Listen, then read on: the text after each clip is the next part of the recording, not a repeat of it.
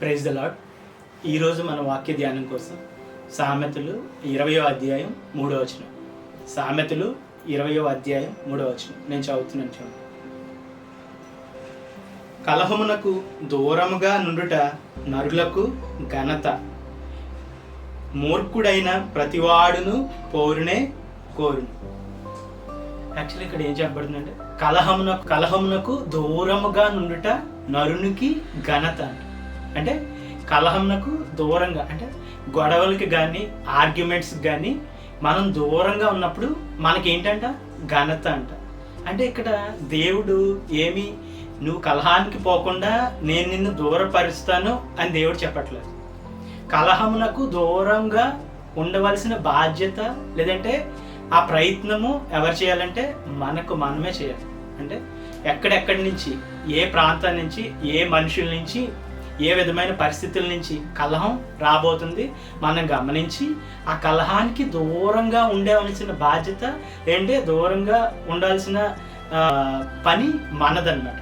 అలా మనం ఆ విధంగా కలహానికి దూరంగా మనం ఉన్నప్పుడంట మనకి ఏమొస్తుందంట ఘనత వస్తుందంట. ఘనత అంటే ఏంటంటే ఘనత అది నలుగురిలో కావచ్చు, లేదంటే మన కుటుంబంలో కావచ్చు, ఏదైనా సరే ఆ ఘనత మనకి రావాలంటే కలహానికి మనం ఏం చేయాలంట దూరంగా ఉండాలంట.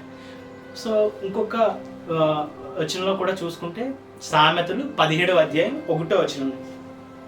ఒక ఇంటి కోసం దేవుడు చెప్తున్నాడు, ఒక ఇల్లు కోసం దేవుడు మాట్లాడుతున్నాడు. ఒకసారి నేను చదువుతున్నాను, చూడండి. సామెతలు 17వ అధ్యాయం 1వ వచనం. రుచి అయిన భోజన పదార్థములున్నను కలహముతో కూడి ఉండిన ఇంట నుండుట కంటే నెమ్మది కలిగి ఒట్టి రొట్టె ముక్క తినుట మేలు. ఇక్కడ దేవుడు 2 రకాలైన ఇల్లు కోసం చెప్తున్నాడు. ఒక ఇల్లేమో కంప్లీట్ కలహంతో, అంటే ఎక్కువ కలహాలతో నిండి ఉండి రుచికరమైన భోజన పదార్థములు అనేకములు ఉన్నాయంట. ఒక ఇంట్లో మాత్రం కలహం ఏమీ లేదంట, కేవలం రొట్టె ముక్క మాత్రమే ఉందంట.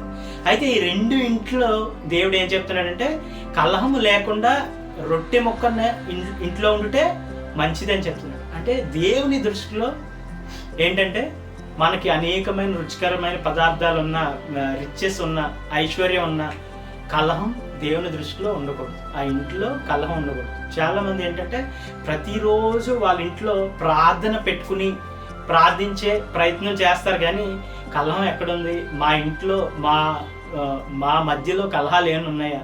అవి లేకుండా చూడాలి. కలహం లేని ఇల్లు నా దేవుని ఎదుట నేను పెట్టాలి అనేసి ఎవరు ఆలోచించరు. సో ఏంటంటే కలహం లేకుండా ఇంట్లో మనం ప్రాముఖ్యంగా ఒకరి మధ్యన ఒకరి కలహం లేకుండా చేసినప్పుడు ఆ ఇల్లు ఘనతతో నింపబడుతుంది. అటు సమాజంలోనూ ఆ ఇంట్లోనూ కూడా ఘనతతో నింపబడుతుంది అన్నమాట. సో మనం బైబిల్లో చూసుకున్నట్లయితే అబ్రహాము చూసుకున్నట్లయితే అబ్రహాముకి లోతుకి తన ఇంట్లో ఒక కలహ వాతావరణం కలుగుతుంది అనమాట. లోటుకి అబ్రహాంకి వారి సేవకులకి మధ్యన కలహం వచ్చిందని ఉంటుంది. అయితే అప్పుడు అబ్రహాము తనతో కలహం లేదంటే గొడవ పెట్టుకోవడానికి అసలు ప్రయత్నం చేయలేదు. ఆ గొడవ నుంచి తను వెనకడుగు వేసి లోతుకి నీకు ఏం కావాలో అది తీసుకో అనేసి లోతుకి వదిలేస్తాడు. సో లోతు పచ్చగా ఉన్న ప్రదేశాన్ని ఎంచుకుని సొదొమ గొమొర్రాకి వెళ్ళిపోతాడు. వెళ్ళిపోయినప్పుడు ఏమవుతుందంటే ఒక 5గురు రాజులు కలిసి సొదొమ మీదకి యుద్ధాన్ని వచ్చి ఆ సొదొమ పట్టణంలో ఉన్న స్త్రీలను కానీ పురుషులను కానీ వారి ఆస్తులను కానీ చెరపట్టి తీసుకుని వెళ్ళిపోతారు. అయితే అందులో నుంచి ఆ చెరలో నుంచి పారిపోయిన ఒక వ్యక్తి వచ్చి అబ్రహాంకి చెప్తాడనమాట, ఇలా నీ సహోదరుడైన లోతుని వారి కుటుంబాన్ని పలానా రాజులు వచ్చి చెరగొని తీసుకుని వెళ్ళిపోయారని చెప్పినప్పుడు అబ్రహాము లోతు నాతో కలహం పెట్టుకున్నాడు కదా, నేను ఆయన్ని కాపాడేది ఏంటి అని అనుకోలేదు. ఆ కలహాలన్నీ పక్కన పెట్టి ఆ కలహాన్ని పెద్ద చేయకుండా ఆయన ఏం చేశాడంటే తనతో పాటు ఉన్న 318 మంది సేవకులతో కలిసి యుద్ధానికి వెళ్ళి ఆ లోతుని తన కుటుంబాన్ని ఇంకా ఆ దేశంలో ఉన్న వారందరినీ కూడా విడిపించాడని ఉంటుంది. సో ఒకసారి సామెతలు అధ్యాయం 19వ వచనం చూడు. కలహ ప్రియుడు దుర్మార్గ ప్రియుడు, అంటే ఇంగ్లీష్లో ఉంటుంది కలహాన్ని ప్రేమించిన వాడు దుర్మార్గతని ప్రేమిస్తాడంట, లేదంటే దుష్టత్వాన్ని ప్రేమిస్తాడంట. అంటే మనం దుష్టత్వాన్ని ప్రేమించడం అంటే అర్థం ఏంటంటే కలహాన్ని మనం కోరుకున్నట్టే. అంటే కలహాన్ని మనం కోరుకుంటే మనం దుష్టుల కింద లెక్క. ఆ కుటుంబం కానీ ఆ మనిషి కానీ కలహాన్ని కోరుకున్నప్పుడు ఏమవుతుందంటే ఆటోమేటిక్గా మనం దేవునికి అసహ్యంగా దుష్టులుగా మారుతూ ఉన్నాం. సో అబ్రహాము అలా కలహాన్ని దూరంగా పెట్టినందుకు అబ్రహాముని దేవుడు ఏ విధంగా గణపరిచాడంటే, అటు తర్వాత అంటే ఇవన్నీ తర్వాత సొదొమని కాపాడిన తర్వాత, లోతుని కుటుంబాన్ని కాపాడిన తర్వాత అటు తర్వాత ఏమని ఉంటుందంటే అబ్రహాముని దేవుడు ఆశీర్వదించానని ఉంటుంది, బైబిల్లో ఉంటుంది. అదే కాకుండా అటు తర్వాత తర్వాత ఏం జరుగుతుందంటే మెల్కీజెదెక్ అనే ఒక యాజకుడు ఆయన యేసుక్రీస్తుకి సాదృశ్యం అనమాట. ఆయన వచ్చి అబ్రహాముని కలిసి అబ్రహాముని ఆశీర్వదించాడని ఉంటుంది ఆ యుద్ధం తర్వాత. సో ఎప్పుడైతే మనం కలహముని దూరం పెడతామో అటు తర్వాత మనకి ఏమొస్తుందంటే ఘనత ఆశీర్వాదాలు వస్తాయి. ఎందుకంటే ఘనత ఆశీర్వాదాలు కూడా యెహోవా చేతిలో ఉన్నాయని ఉంటుంది. ఒకసారి మొదటి దినవృత్తాంతములు 29వ అధ్యాయం 12వ వచనం. ఐశ్వర్యమును గొప్పతనమును నీ వలన కలుగును, నీవు సమస్తమును ఏలువాడువు, బలమును పరాక్రమమును నీ దానములు హెచ్చించువాడవు, అందరికీ బలము ఇచ్చేవాడు నీవే. సో ఘనత లేదంటే గొప్ప ఘనత ఐశ్వర్యం కూడా ఆయన చేతిలో ఉన్నాయి. బలము ఇవన్నీ ఆయన చేతిలో ఉన్నాయి. ఆయన ఇవ్వాలి, దేవుడు మనకి ఇవ్వాలి ఘనత.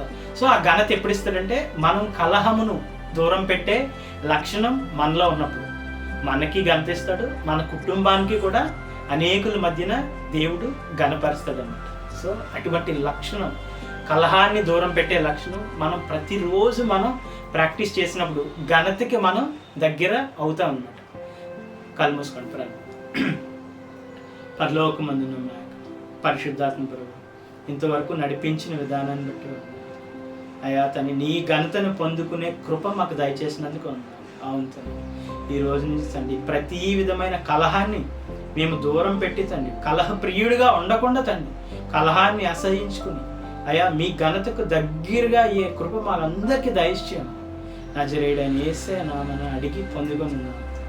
అలాగే తండ్రి ఎవరైతే ఇన్నాళ్ళు తండ్రి ఏ విధమైన తండ్రి కలహాన్ని పడకుండా తండ్రి నీ నామాన్ని బట్టి వాటికి దూరంగా ఉంటున్నారు, వారందరి మీద తండ్రి నీ ఆశ్చర్యకరమైన ఘనత వారి మీద వారి కుటుంబాల మీద ప్రకటిస్తున్నాను ప్రభు. వారందరినీ ఆశీర్వదించి నీ ఘనతకు పాత్రులుగా చేయమని నజరేయుడైన యేసయ్య నామమున అడిగి పొందుకొని ఉన్నాము తండ్రి. ఆమేన్.